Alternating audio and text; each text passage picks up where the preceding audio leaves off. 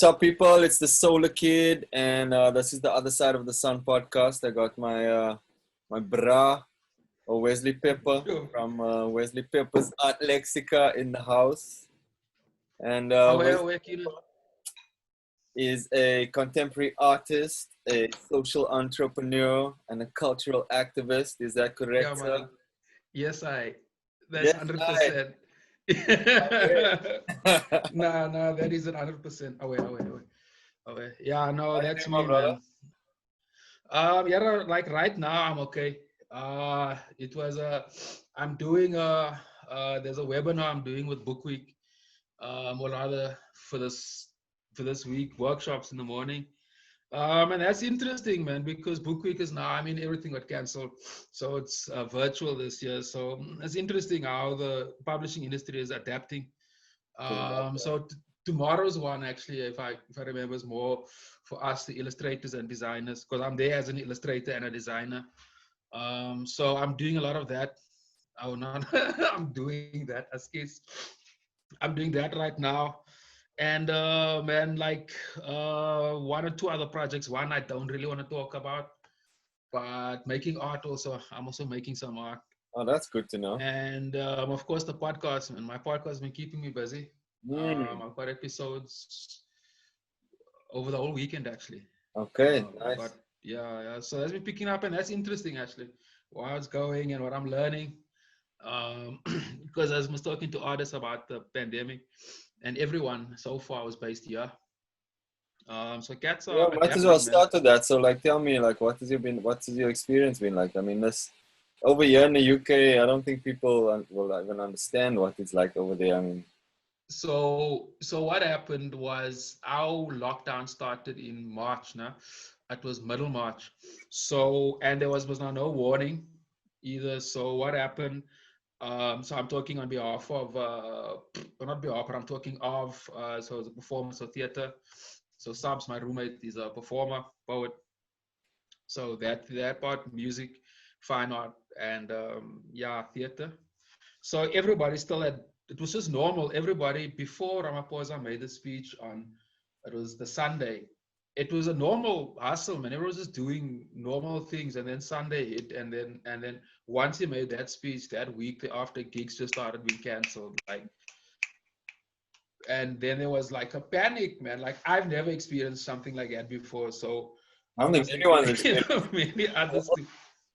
Yeah, man, but it was fucking surreal, man, because all of a sudden, I mean, I was still working. I was trying to put together this gallery app that got put on ice, and that's a long story. Maybe we'll get to that.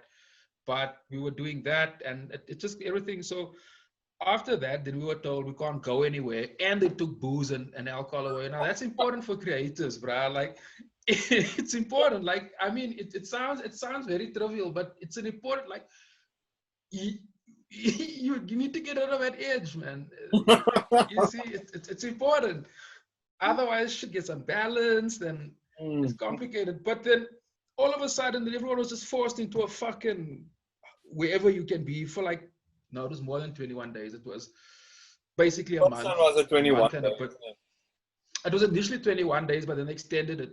So I think it was it was a month. It was a month, give and take. And that fucked everybody up. So that's all I of a sudden, no cigarettes, no alcohol. Fuck all. You can't move. Your movement is gone. And all your gigs are shut. I was trying to tell people, yeah, you guys couldn't even leave your yards at one point. Nah, we couldn't. We could only, the only places we could go to was to go and buy food. And the medical what, and then like, what's this, emergency to like hospitals and what. But you couldn't go nowhere. So literally for a month, we were just like forced there. And like, that's when, everything started coming together, and I'm like, wait a minute, but everybody is frustrated, and all these other things.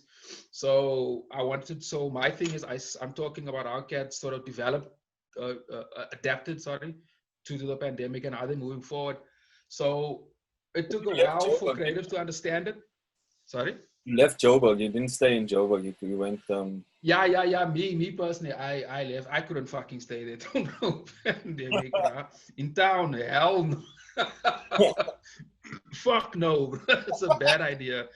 The city, the CBD. I've been there almost 10 years, man. Like physically in the CBD, and I know the CBD, and it's not a nice place.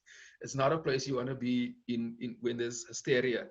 It's the energy there's off. It's completely off. That place is only for work, not for. And like right now, it was a bad idea. And my roommate left as well, so we were like, fuck this. Like we need to go to safe spaces. And luckily for me, it was a lot of space. I could do my shit. I had access to internet, yada yada, no flies on the cheek bullshit. So I could come here after that time, so I could focus, refocus. I was like, okay, sure. So people need content. People are sampling a lot of content. So Netflix and all these other streaming sites, a lot of that, a lot of YouTube, a lot of but if you look at it, all they're talking about is is stupid stuff. There's no art, basically. There's no art, and I saw, okay, boom, there I can pivot. There's a potential market, and it's been growing. So I was kind of right, because cats are coming back. So I'm re-interviewing. So like now on Sunday, I'm talking to Tabby. They're doing a very cool gig, actually. A really cool gig. I don't remember the show's name, but it's a really cool show. They fucking very cool, like printmakers. So how they adapting to that? I spoke with Zinkita. She's like a real, yes, man, a heavy energy, but she's a director, actress, vocalist, performer. How they adapting to theater, because what's happening in theater is heavy. Yeah, of course. I mean, people can't go to theater, so. And to rehearse, they're adapting it because the Grahamstown Festival this year was virtual as well, no? Yeah, I saw that. But there was a large percentage put on performances. So the theater cats they still had, the ones who were at least featured. And the politics around Rehearsal Space was next level shit, right? Because you can imagine, like, many people are using the space. Nobody knows how you get the virus. You must rehearse with a mask. Yeah. And you got to act. It's all I can understand. So I was interested in the processes, man. And a lot of musicians. And now I'm talking to some activists in Cape Town. I'm hoping X-Collective. I'm hoping to talk to them Friday, Saturday. I'm hoping. So for people like, sorry, just to stop you, like for people who don't know about you or know what you do, can you give us a little bit of a history?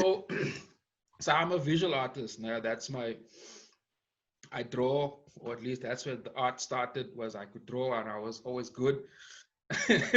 And it grew from there. But I was a bit of I don't know, man, maybe it's where I'm from, how I am, I don't know, but I always had an entrepreneurial thing. So I never wanted to just be this cat who works, just fucking makes paintings and sells it to some gallery. That wasn't me. And I wanted to develop. So I developed as fine art, I started everything. So from every medium. And because I started for give and take 7 years in tertiary education and what. Oh, so you did go to university and everything, huh? Nah, I come from a working class family. There was none of that shit. And like, you must understand, like when I did this shit in the 90s, like art was like, what are you doing? Yeah, it's like like, what the fuck? Now you want to go to university? Nah, but you're not gonna make money from. I still don't make money from it. I mean, I make a living, but I mean, that's another thing. But anyway, you've survived for a long time of art, man. So yeah, man, I've been at it for almost touching 20 years. I think next year, some shit like that. But it's been. I mean, I published my first book when I was 20. We were still hanging out. It was around about that time. Either when you left or around about that was insight. Wesley was the first person who kind of motivated me to start performing my poetry and spoken word when I started back in, like, say, what was this, 99, early 2000s, maybe? 2000. Yeah, it was early 2000. It was a long time ago. 2000. And we started a collective called Mahube, Video for Video. Yeah, man. Yeah, man. And it's funny, man. Like, yeah. No, I was just saying I was linked up with some awesome poets, Prophet and Ricky. Yeah. And I managed to learn a lot. We went on a bit of a tour. We toured PE. We performed in Joburg and stuff. And for me, that was an amazing experience. It kind of was a catalyst that like started off me, just realizing my potential. And I mean, it's weird that I kind of veered off into sound engineering, but I think my heart has always been a performer. And I mean, Wesley was a big part of that, like just inspiring me and getting me to come out and actually perform the poetry and introducing me, chilling in Newtown, you know. Yeah, yeah, Yeah. yeah.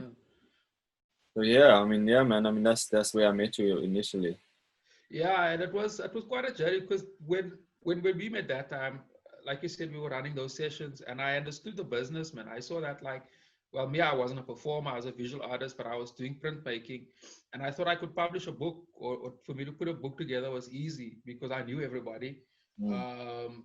I knew some editors, I knew everything. So I was like, the more we spoke about it, more it made sense. And then one or two, three things happened, and then like it happened, we put together 15 guys, and I illustrated them, and it was like your book was selling for like $50, 50 rand. So it was like what? 50 Rand is Oh, like probably what, not even £5, not even like two. yeah, it was that even back then. But that was the idea: was to print it cheap, was to make it accessible. Um, and that kind of thing stuck with me because that's sort of where my politics came in. Because after that, I understood because I understood how the industry, the art industry works, and that sort of exclusivity I never liked as a creative. I never liked it because I found, The whole you highbrow know, art scene, you mean? yeah, man, I just feel it's so unfair. Like with a musician, with yourself, right? You make one track, bro, and it can be played for thousands of people in a week. Like I don't know, a good couple thousand people will listen to it. I'll make an artwork, right, and fucking 10 people will look at it in his lifetime. Come on, man. Mm. Okay, sure. Now because of social media, things have changed, but back then there So I wasn't mean, like, any of that. tell people, I mean, what is that like? You're an artist and now you have to work on a collection and then you have to exhibit it and you have to get fucking people to come and now look at your shit. And then when they And come then there, you hopefully have buy. to first get them drunk and then only maybe they'll, even Mm, well, considering the people that were coming, it depends who's coming because it, like, mm, who can afford art, mm. you know? Yeah, it's basically as trivial as that sounds. It's really like that in essence. But the people that's coming collect, so they come there with the intention of buying, at least in certain spaces and in certain galleries. And there's this type of thing where where a few people decide like, whoa, this guy is really cool. Let's throw more money or investment in him, and they sort of build your career. But in essence, you're correct, like, 'cause it's literally, if I must take like a shot in the dark, I would say in one lifetime, if you make one painting, it won't be seen by more than 2,000 people. Probably much less. And I didn't, as the politics around that, I didn't appreciate because I thought art must be for everybody. And I always involved myself in projects, and the collectors I formed over the years, and everything was to be inclusive of everybody, incorporate musicians, writers, everybody, and do stuff collectively, and then make a product and then sell. And You were and a big and part like of that that has been scene. consistent. Yeah. So when we published United Siblings in '05, it was '05, '06, and '07. You Those were sure? the I left in it was a, '05 though, man. It must have been before that. Did you publish it after I left? it was December that year. Okay, so I It literally was it left that was it year. was December that year. Yeah, I yeah. swear, That's I'm why. sure we stopped doing poetry before that because I was studying sound engineering at that time, like 2004 and then end of Mm. 2005, I think. Before I left, I was Um, studying, yeah. with that Mahube experience we were hosting that time, when the gigs started to when the whole gig started to get serious to me, was when I registered when we registered the ISNB number. Yeah. So it was like a thing, like, hey, this book is coming. Here's a Nice, man. formal thing, like, and I had to take it serious. So that business went well for about 5 years, and not so good for about 3 years after that. And I removed myself from the publishing industry. But then now I just freelance I don't really do much designing, but I can, but mostly illustrative work. And I I've work as a always, consultant. I've always had this idea of you as like a method artist, like you have a method actor. I've always had this view that, I mean, because you've always lived in the city of Joburg, you've been Yeah, right yeah. in the mix, and that's how, like, you've experienced your art. You wanted to, like, be a part of, your art. And I mean, yeah, I mean, tell me about that experience. Like, what is that like? I always wanted to be. you know, from where I'm coming, like in the Northern Cape in Kimberley, there was fuck all, bro. There was Yeah, well, there's the one main creative. road there. Yeah, there's a, you know, not till recently there's a few malls, but that was only in the past 10 years, Oh, you have malls you know, there and now. two. And like in terms of create, so when I grew up, the only creative spaces were white spaces, and I never liked that. I never, not to sound all, but it is what it is, man. Like I never fucking liked this the spaces. I never liked the art. I thought it was whack even back then, you know. So I left here with that experience of like, as soon as I get like a whiff of creativity, I'm just gonna move there, set house there, and just try to explode. And that's exactly, I found Newtown, and through that the network started to grow, and I moved. I mean, I've been in town physically. Yeah, it's almost 10 years. It's been. Was Um, when did you get involved through consciousness through me, or did you introduce me to? yeah, you. Hold on. What's his brother? He's actually doing very Mitch. Uh, the guy that does that, the IT brother. Yeah, him and Karabo worked together. Karabo, Nkabela, yeah. Yeah. He Karabo. worked, and then he referenced me to Karabo. Yo, you need to give me And Karabo's details so I can get him on the podcast, man. I don't know, I yeah, lost I'll do him that. somehow in the ether of things because he Nah, we can. I'll do platform that. for that because I used to write for his magazine. You also came on Uh, board, uh. and I used to Karabo, consciousness is still alive, man. It's been over 15 years. yeah We've outlived everybody.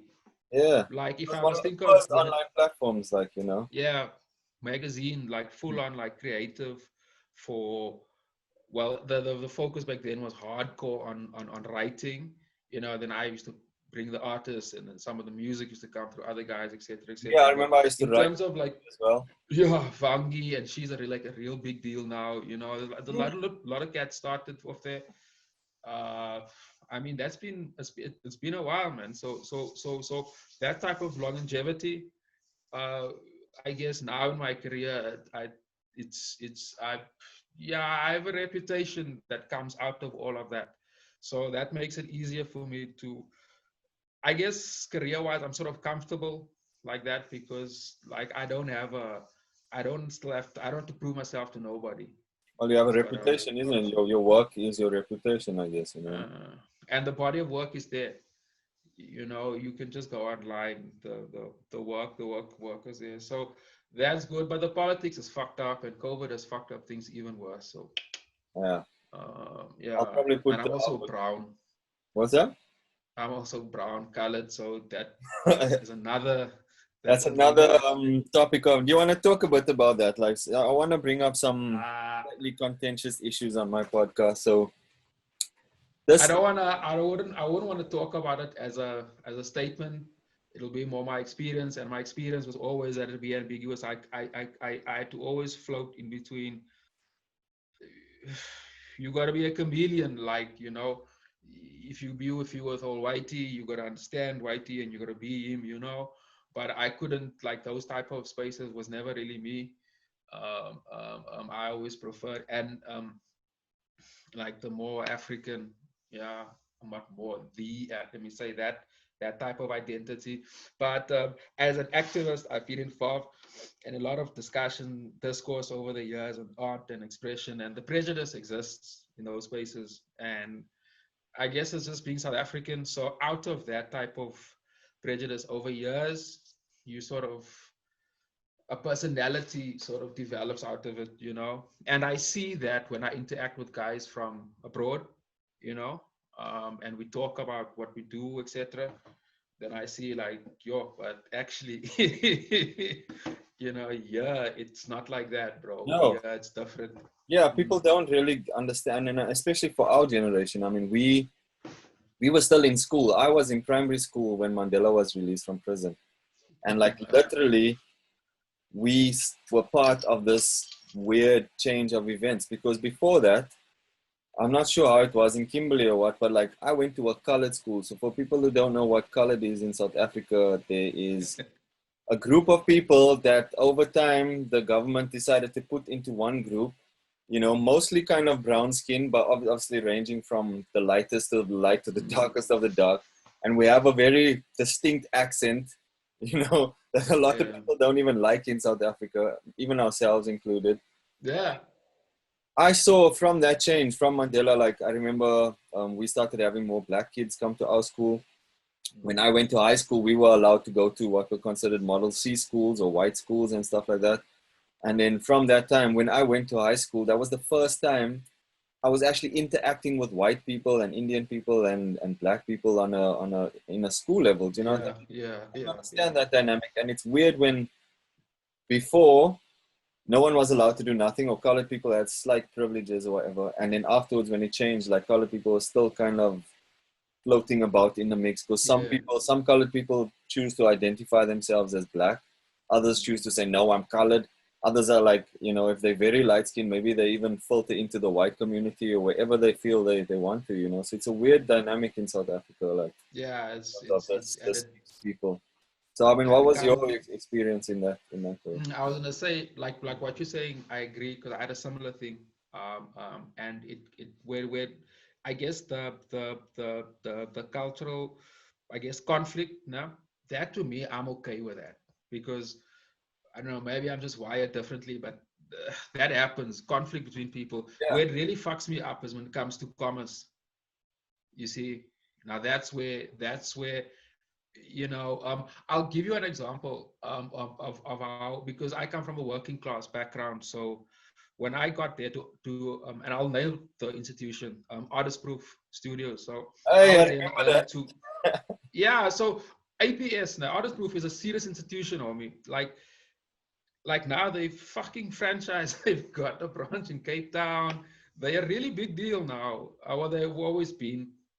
But when I was there, it wasn't a formal institution like it is now. There are some other whatever.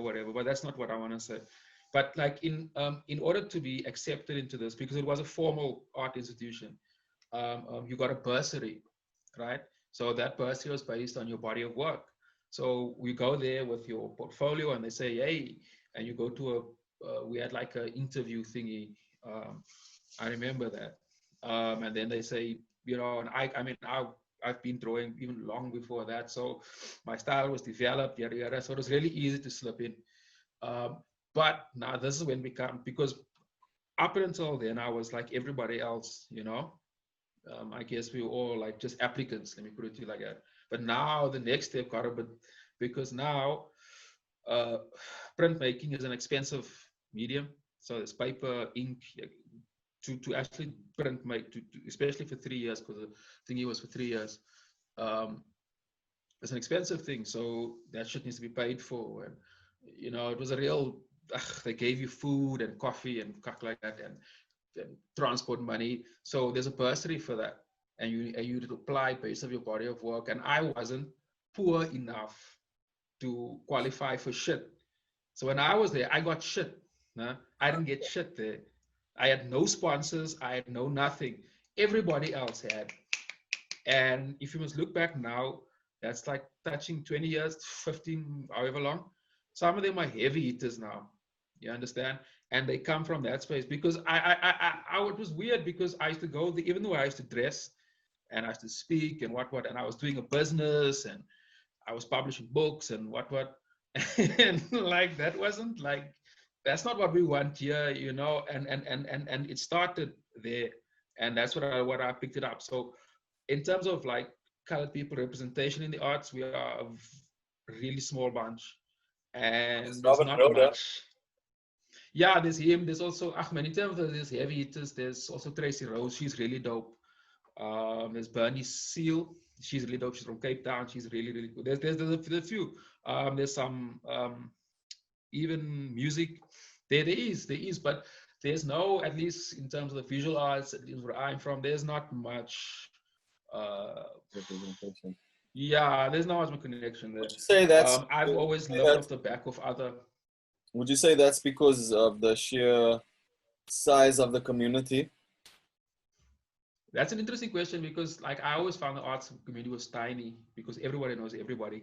But there, I don't know, man. It's just like maybe, you know, after all years, maybe I'm the fucking asshole, you know, because I've worked with a few, and I've done projects with a few, and it's worked out. Some didn't. I moved on. I actually work with anybody as long as the budget is there. I don't give a fuck. You know, that's what I'm more interested in now, is the budget. You understand? But and I, you know, it could be me too, because I've also removed myself from, I guess, the social art spaces, because it just got uncomfortable. You know, I hated that shit of going to an art gallery, getting drunk off somebody's wine, and then laughing as if everyone else is okay. That the art world is just okay, because now we're drunk, we all, you know, we look cool, you know, we are cool and we're all talented, you know. So now I was like, and then out of that, these cliques got born. I wanted none of it. I wanted to do business, and I was like, sure, that's all right. That's all right. And I interact with the arts only if I'm doing projects. It's fucked up, man. It's fucked up. There's also me. I'm not an easy person. Would you say would you say that your art is a form of activism? Yeah, I got born out of that, but I got to make money, so I have to make it aesthetically appealing. Yeah. So for years, I developed on that sort of aesthetic nature to make it really technically really cool. So if anybody just sees something beautiful, you'll stop. You're like, whoa, that's really cool. You know, on that type of thing, I've worked on that for a long time, and that's important. But I'm always talking about stuff, man. You know, I'm always. Oh, sorry, carry on. No, carry on. Nah, I was just gonna say I'm always involved in, or I'm always in tune, or up to. I follow a lot of trends, politics, sport, a lot of arts. These are a lot of trends. So I'm always up to speed with what's happening, and the process is to develop art sort of off that, man. That's why the podcast came out. I thought it was really needed now. If I should have started last year, I don't think I would have done so great, because It's I a would have been. perfect time as well, because people are at home consuming this kind of content, you know. So it's a good time for it as well. Yeah, and it's like I'm enjoying it, man. It's look, let's talk about as a that a package. bit. Let's talk about that a bit. Like, because I mean, for me, doing this podcast is like, it's really helped me to, like, I suppose when you're an artist or a creator, you self-obsess a lot, you know what I mean? So it's easy to tell me about it.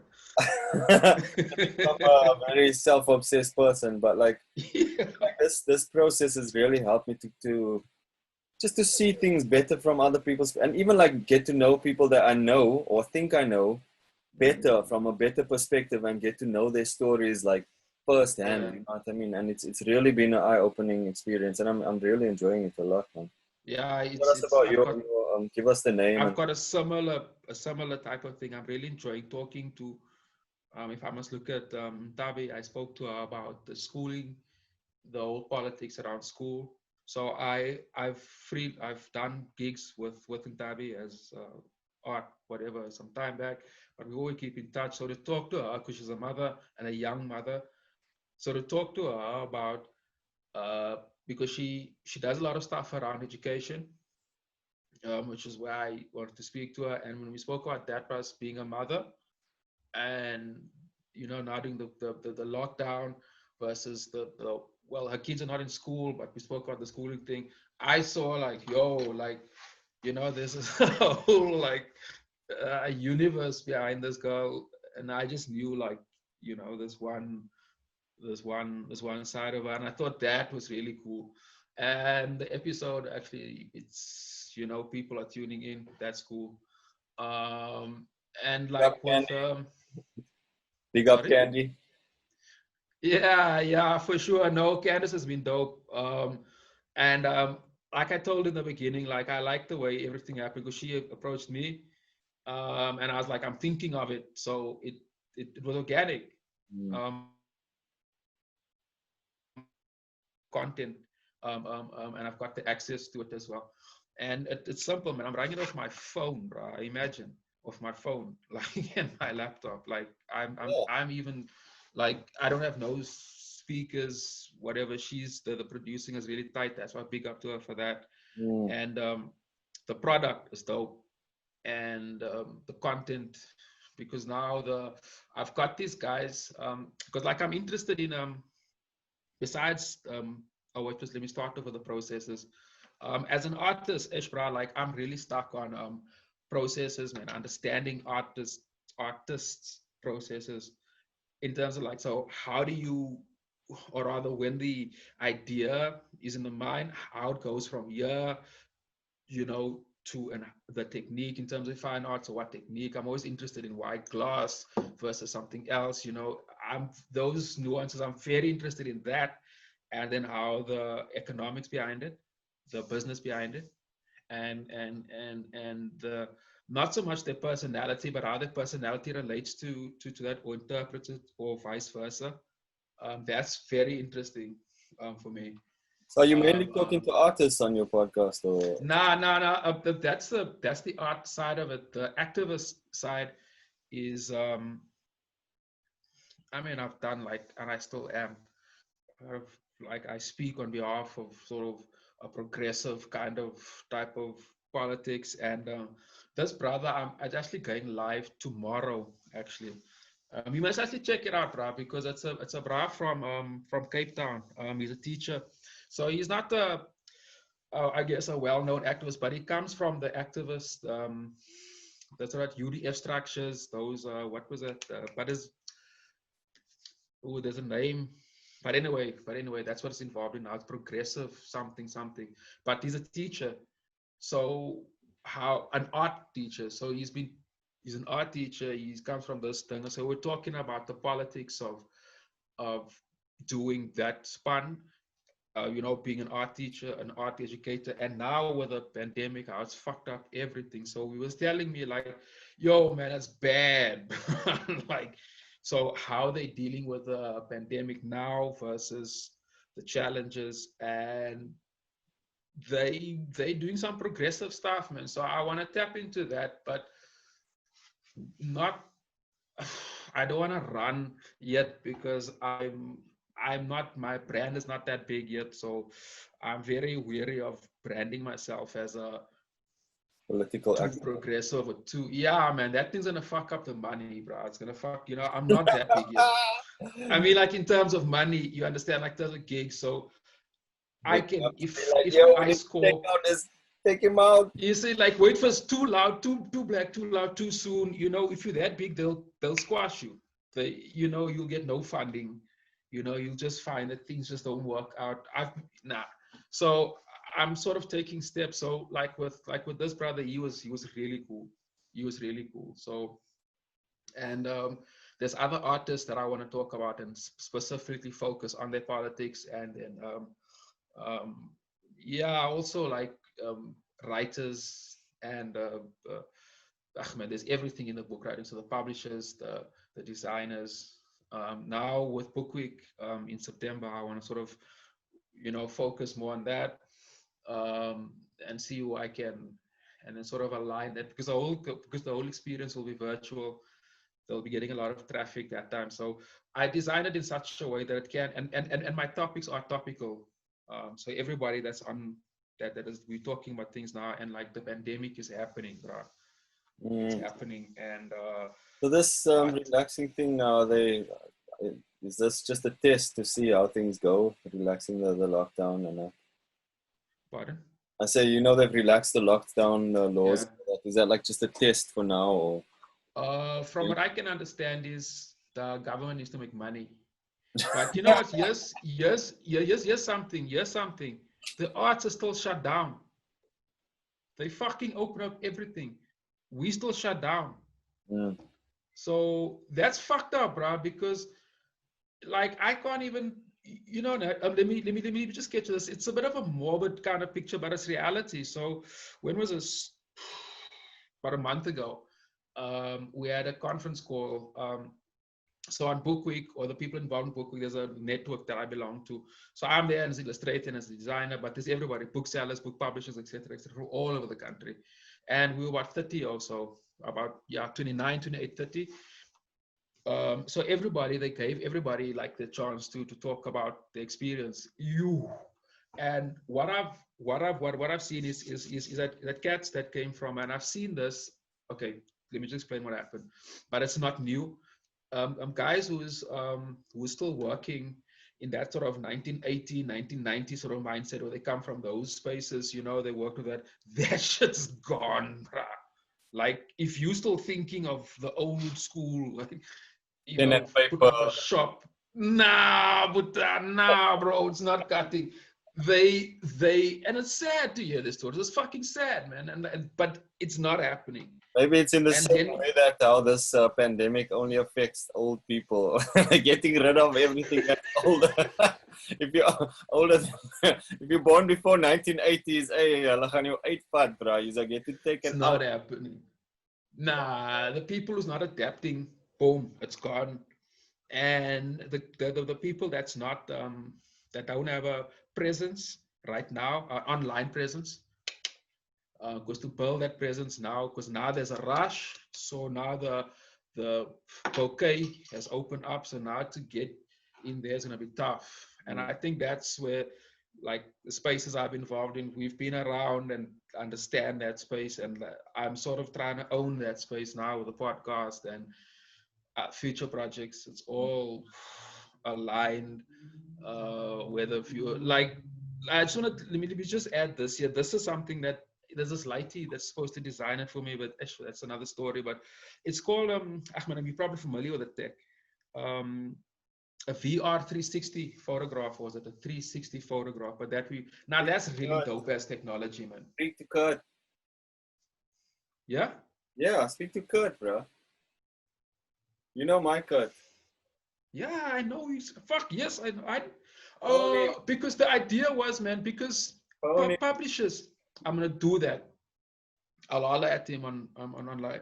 The idea was, if you look at his children's book, because now the whole paper thing is a problem. So to put it on a laptop and this child scrolls through the story. So each image, if it's like a story in a forest and the whole thing is in a forest and each image is like there and you just keep scrolling and the voice sound. So we were putting something together like that. I think that's really dope. I think that's going to kill it because we have the tech available.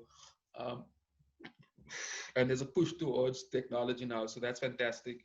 So that's sort of where the hustle is now, because these old air spaces, Ashkinen, are gone. Like, and I'm glad. And let me not be like a doers here, but there's a certain gatekeeper. All right, she dead, bruh. She dead. She died like 2 weeks ago. COVID said like enough. Like, cheers, but I won't say names, but she's gone. And there's another one in but this chick I'm talking about she ran a major gallery, and she was all around. I've worked with her in the past, and there's another one that's a casting agent. Boom. Our Minister of Education in the Northern Cape, he's gone. And now I saw today some other sports writer, but I don't know that guy. But some of these gatekeepers are going, these physical spaces are going. I think artists have to capitalize now on our online presence, because if you've been a hustler, you've been hardcore at your shit, people know you online. You've got a presence on Facebook, on all of them. So now it's time to consolidate that, and I think that's an exciting time to be alive. And like, now I'm exploring like different areas of tech. How can it be adapted, and so forth.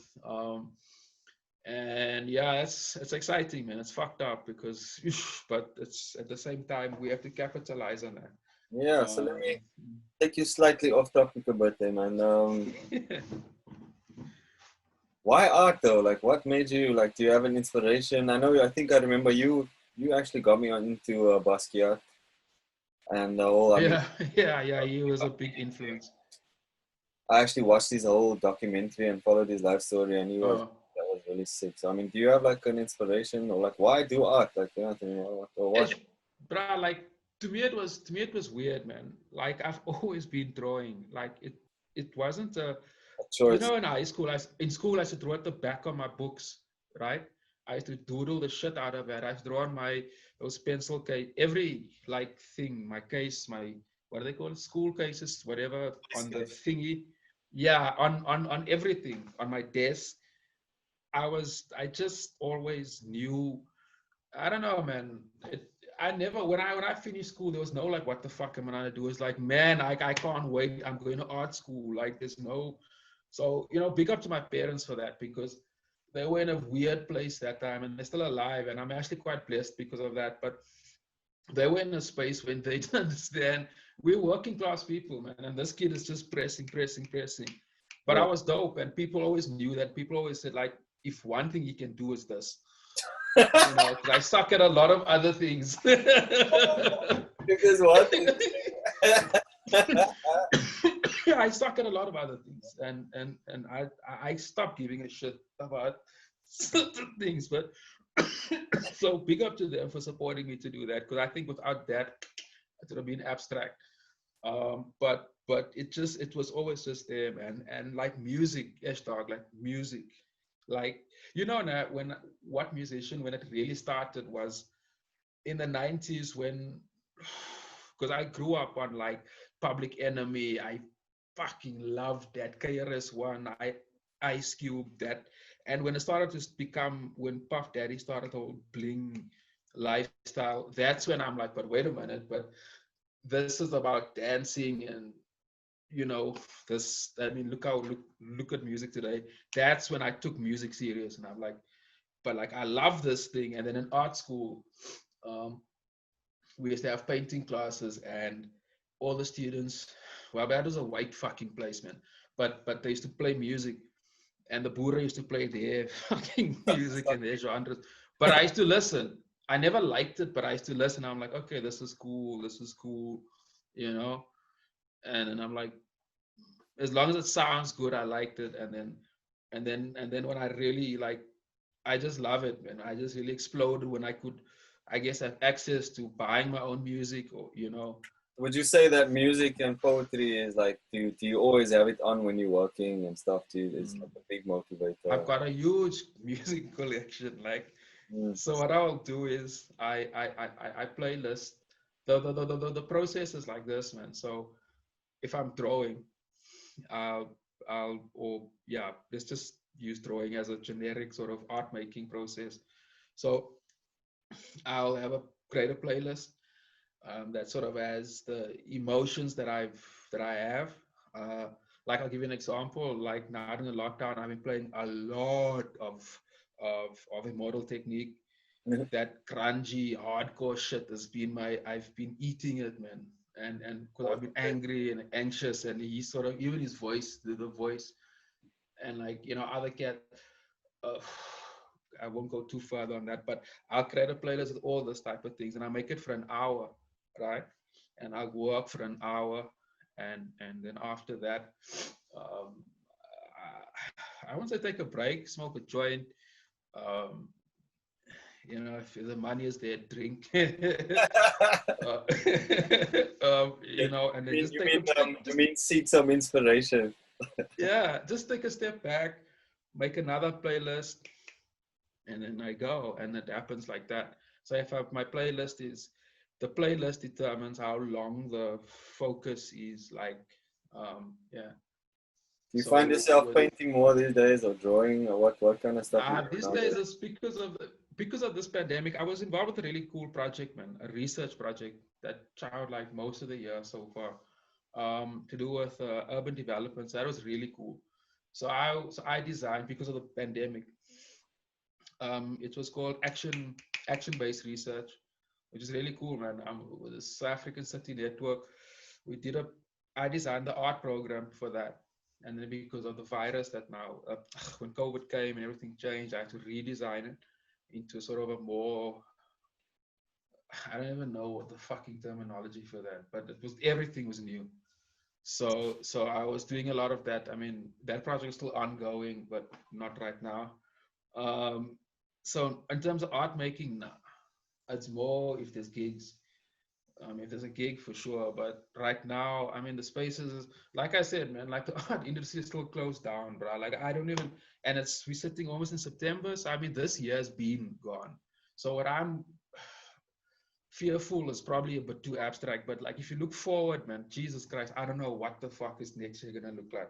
because now cats are hungry, so, and starving, and there's nothing more dangerous than a wounded artist. I'll tell you that, because when they get a sniff of anything, it's like they come, and the industry is not regulated, so it's hardcore, man. It's fucking capitalism at its worst, and I Everyone's gonna hate be that shit. scrambling for a piece of the pie.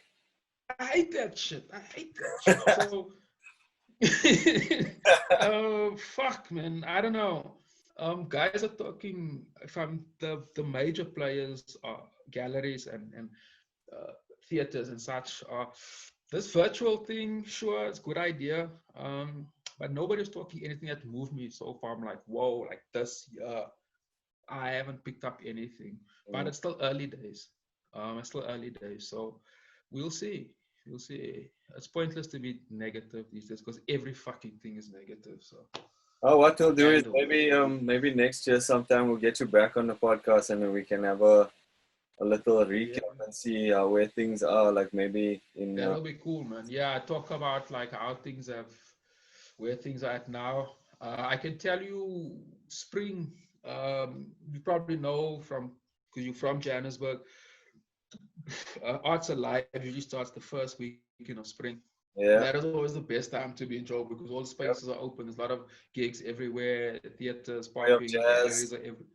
Yeah, but now that's not there. So my understanding is that next year, I think there's a hunger. Like now the booze is open and people are buying. So I think The line outside the bottle store today or yesterday. I'll tell you, because we bought some early on. That's also why I'm not really on top of my game. There was an excitement, man. You understand? And Guai cigarettes. I mean, yeah, the prohibition was for over 144 days that people are smoking illegal cigarettes. So you can understand. Me, I don't smoke that shit, but it's a thing. I love with people who do, and I know Yeah, people my who uncle's do. voice, man. My uncle couldn't even talk because he's smoking this shit. He's like, hey, kid, And it was expensive, cigarettes. So now and people are excited. On Facebook, I've seen some funny stuff this morning. It cracked me out. Yeah. Just people excited. So it's weird, man. It's weird. I think that this type of behavior, or rather, it has affected our behavior. Yeah, And for me, it we'll feels like see how control, it bro. will. Like mass control. Hardcore. And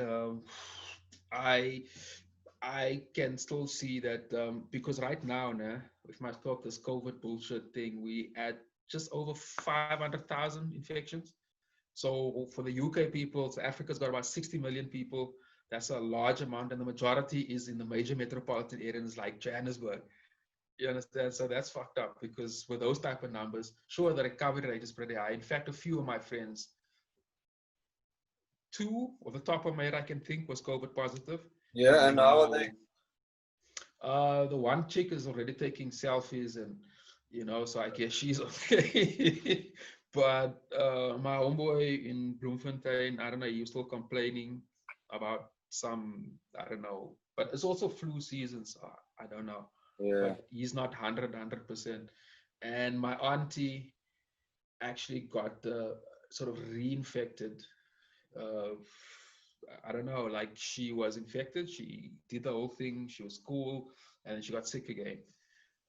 So out of those three cases there, and I know another lady, an old lady that's currently in quarantine. I don't know. I think I don't know.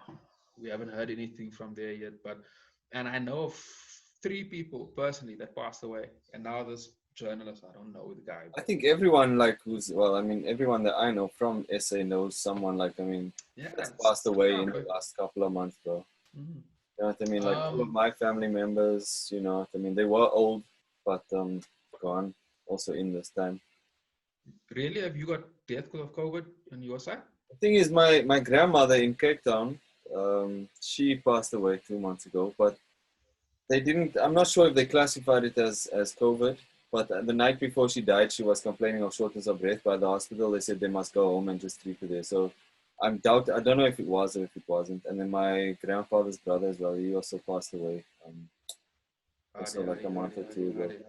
And then all my friends, like as well, like I mean, my friend who lives in Thailand, his mom passed away in South Africa, and his mom's brother, who was like 2 weeks after his mom died, he passed away, and he couldn't get back from Thailand because of obviously, you know what I mean. So he was stressing trying to organize funerals and stuff like that from Thailand and that. So, and then also with the funeral thing, like how they like even my father said when he went to like he couldn't do a eulogy, and it was this whole thing. They just had to like get it done quick, and yeah. So I mean, everyone's been affected, bro, in that way that I know. It's weird, man.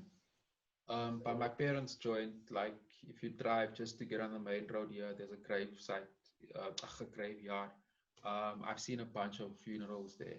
One not too long ago, which is weird because they're all dressed up in these suits, and like it just looks like some space movie or something. Yeah, it's weird. It's weird. It's weird. It's when they're burying the bodies and stuff, they all like Yeah, it looks like some sci-fi shit, man. And they why didn't they spraying cremate in people this. rather? I don't know. Like that's what I thought. I don't know. Like me personally, if I should go, God forbid, like burn me. I don't give a shit. My body is dead. No, my legacy is dead. I don't want to fucking man. People losing their no. Yeah, now I want to either. But for now, I want to stay healthy because I don't want that stuff. I don't want COVID. I'm good.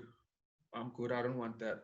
Yeah, so for now, I should rather like that. I'm just trying also not to get the disease, you see, which is making things going back to Joburg really weird, man.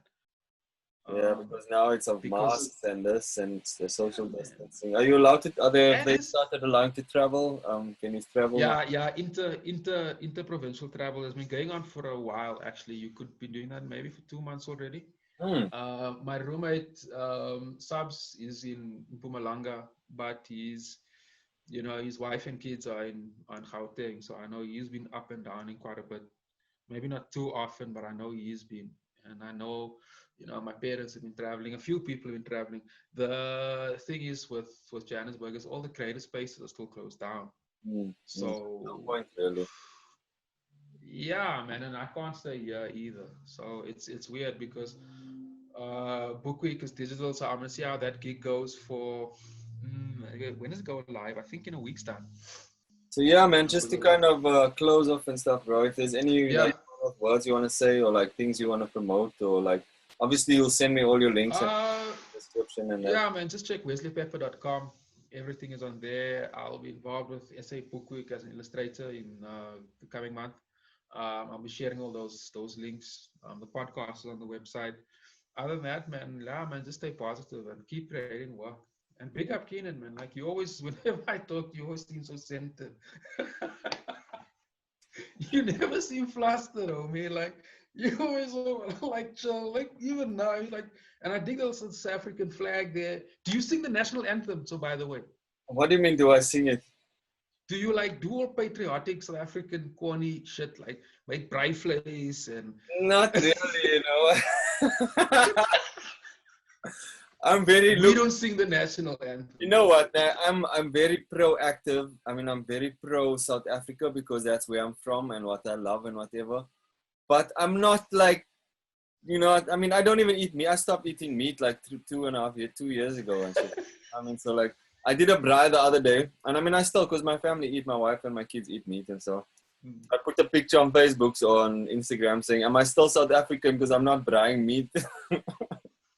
But no, man, I have my South African flags and stuff, and obviously, people can hear my accent still when they speak to me. I mean, I've been here such a long time. People know I'm from South Africa and stuff, but I'm not like, in America, people are like, yo, we're from the motherland, and South Africa. I will always like represent, but like for me, it's weird because I was 25 when I left South Africa. I'm almost 40 now, so I've kind of grown up. I've become a man in London, like, and London is so much part of me now as much as South Africa was growing up. You know what I mean? So I've always looked at myself as a child of the universe. Yeah, you always said that. I remember that. Your poetry in closing. I remember working with your poetry in the early 2000s. Yeah, and you had that sort of, I don't say universal, but it was this like, it was appeal. It was this, yeah, universal appeal, I think is probably accurate. And I remember your even your metaphors and such. So you were a dope writer for a while now already. So yeah, man, and big up Keenan. Like it's always cool to also see to connect with homies, man. You Yeah. know, who's Well, doing well. Like I like that type of form of sharing. You know, that to me is fantastic. And like even on my thing, we can do a follow up also in a while, yeah. especially with music. I'd like to know what you think of Cardi B's new track. I know that's buzzing in everywhere. I'd like to know Production value specifically. is excellent. Um, I had to listen to it a few times before, but it's got a bit of a vibe. But this is the entertainment business, bro, and that's entertainment, whether you like it or not. They broke the internet, and that's Yeah, what they man. tried to do, and they did it. I mean, they got a reaction from someone like you. They got a reaction from Yeah. someone who likes them. That's what they And do. it works. I was checking out the stats the other day too, so that'll be really cool because I'm fascinated in how musicians are using that type of shock factor thing, and now it's not about talent anymore. So, I mean, for It's me, about there's a fine line. It's like you want to keep it real, but you want to make money as well. So, I'm busy learning that process at the moment, literally. You know, so I'm working on a few things, and I'm figuring oh out. man, and send me more of your music, man. Like I'm Yeah. listening to a lot of cool stuff and different stuff at the moment now, so now is a good time because So I've been you'll like see, plunged like as the into. podcast comes out, there's a few artists I've been working with. So I mean, like I haven't been making personal music. I've been producing a lot of stuff for people. So you'll hear artists on my production, you know what I mean, and Sure. stuff like that. So yeah, I mean, I'll Yeah, definitely. but keep it coming, brother. Let's be productive and big up, man. Big up, Keenan.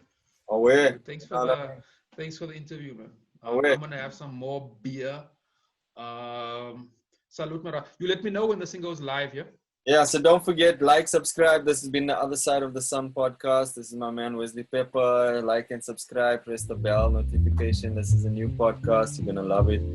Aware Shabuta. Salute, Masakan. Salute.